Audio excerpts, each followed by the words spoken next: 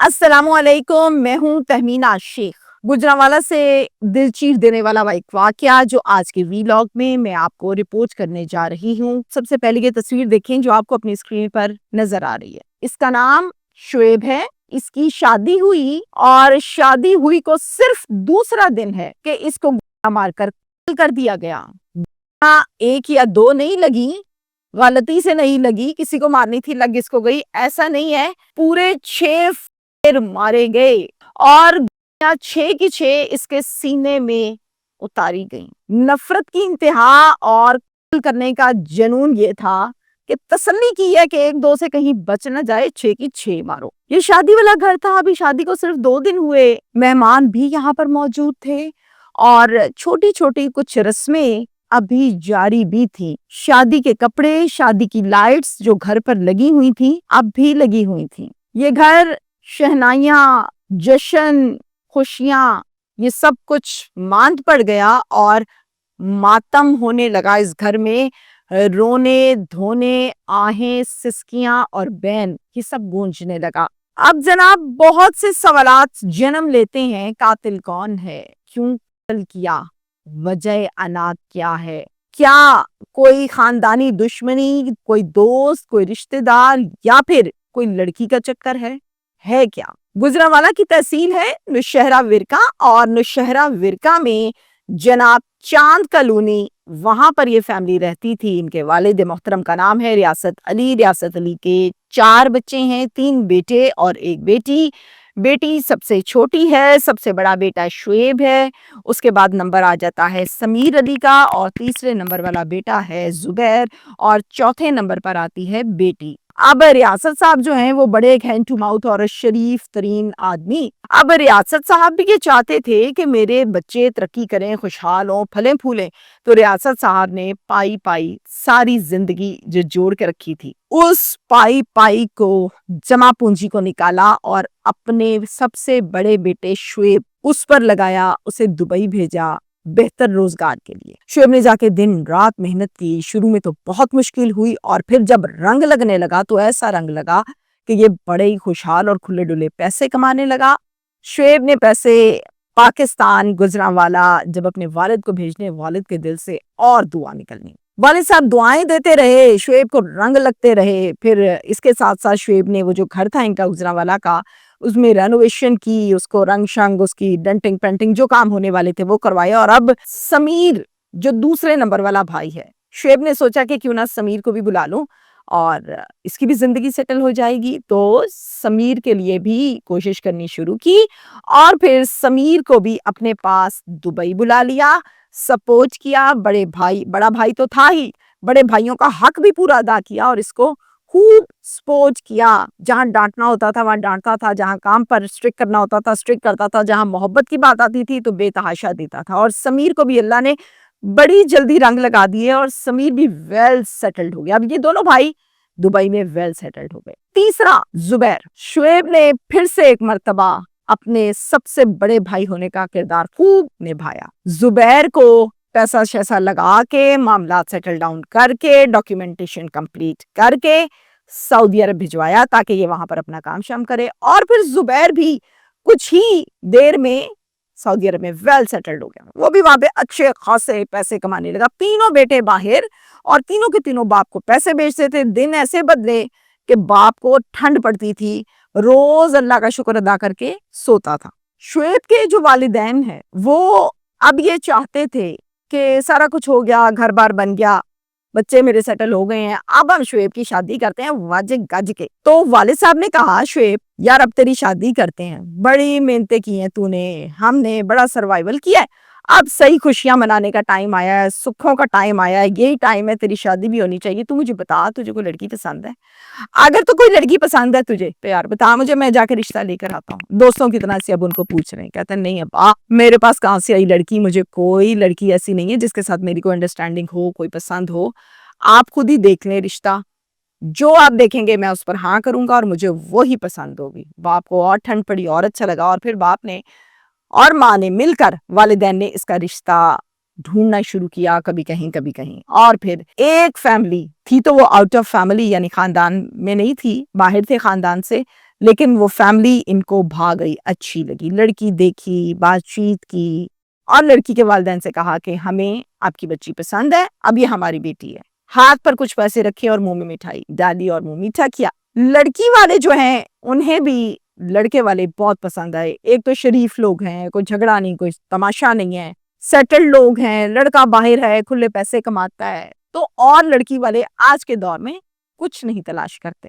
شعیب کو اس لڑکی کی کچھ تصاویر باپ نے واٹس ایپ کی، ان کا دیکھ لے یار، یہاں تیری شادی کرنے لگا، لڑکی تو دیکھ لے۔ تو شعیب نے جب لڑکی دیکھی اس نے کہا ٹھیک ہے ابا جی، الحمدللہ آمین، جو آپ نے ہاں کی مجھے قبول ہے۔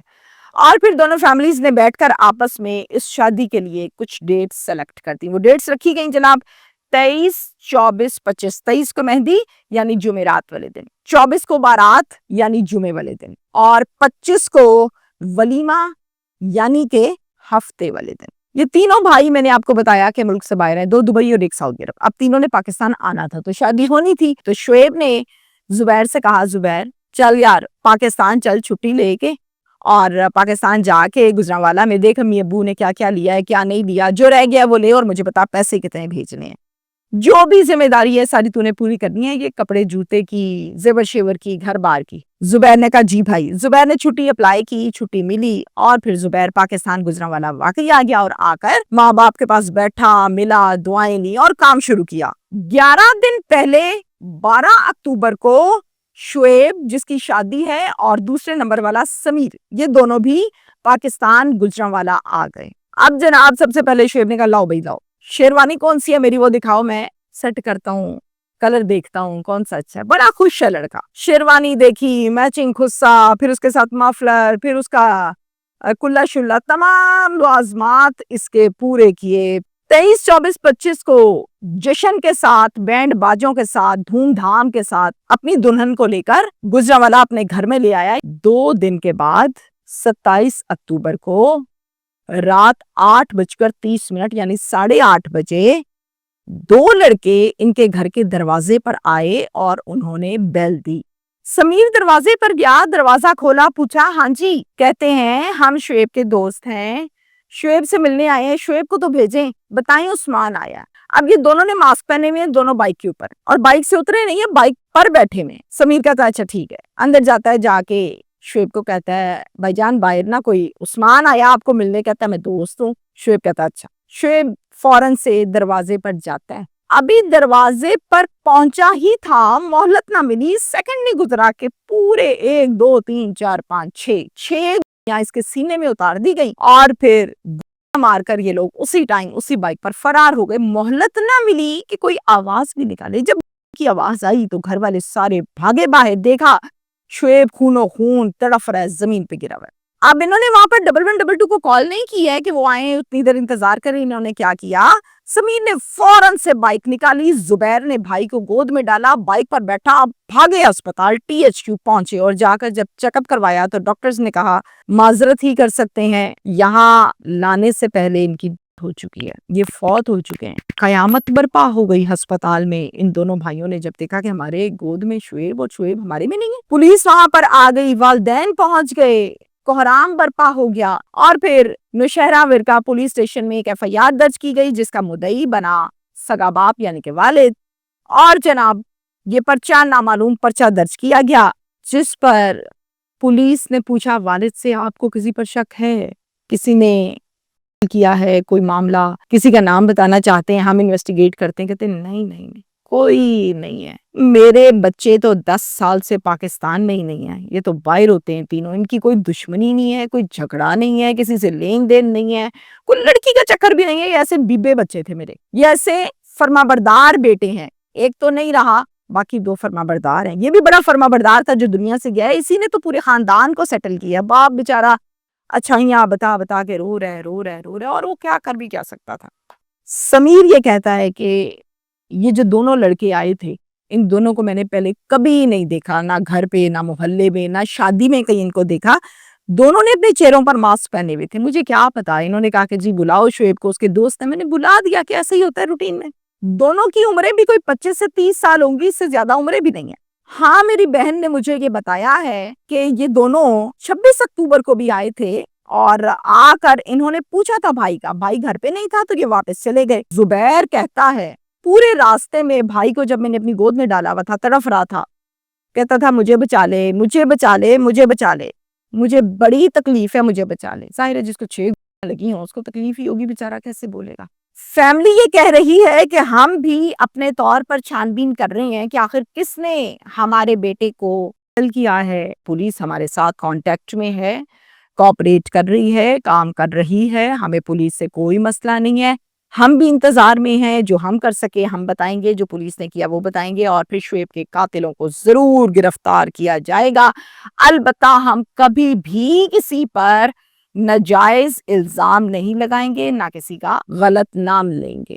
یہاں پر یہ کیس اسٹینڈ کرتا ہے۔ بینگ اینکر پرسن اور ایکسپیرینس کے مطابق میں اس کیس پر جو رائے دوں گی وہ یہ ہے کہ دیکھیں، میں نے بہت سے ایسے کیسز دیکھے ہیں جس میں حسد کی بنا پر مار دیا جاتا ہے، کبھی لڑکی کو کبھی لڑکے کو۔ اس معاشرے میں حسد، نفرت، دشمنی، گندگی، نیگیٹیوٹی۔ یا پھر یہ بھی ہو سکتا ہے کہ وہ کون ہے جو اس شادی سے ناخوش ہے، کیونکہ شادی بھی ہوئی ہے اور شادی کا دوسرا دن ہے، اور دولہے کو 6 اس کے دروازے پہ آ کے مار دینا کوئی چھوٹی موٹی بات نہیں ہے، انہونی بات ہے۔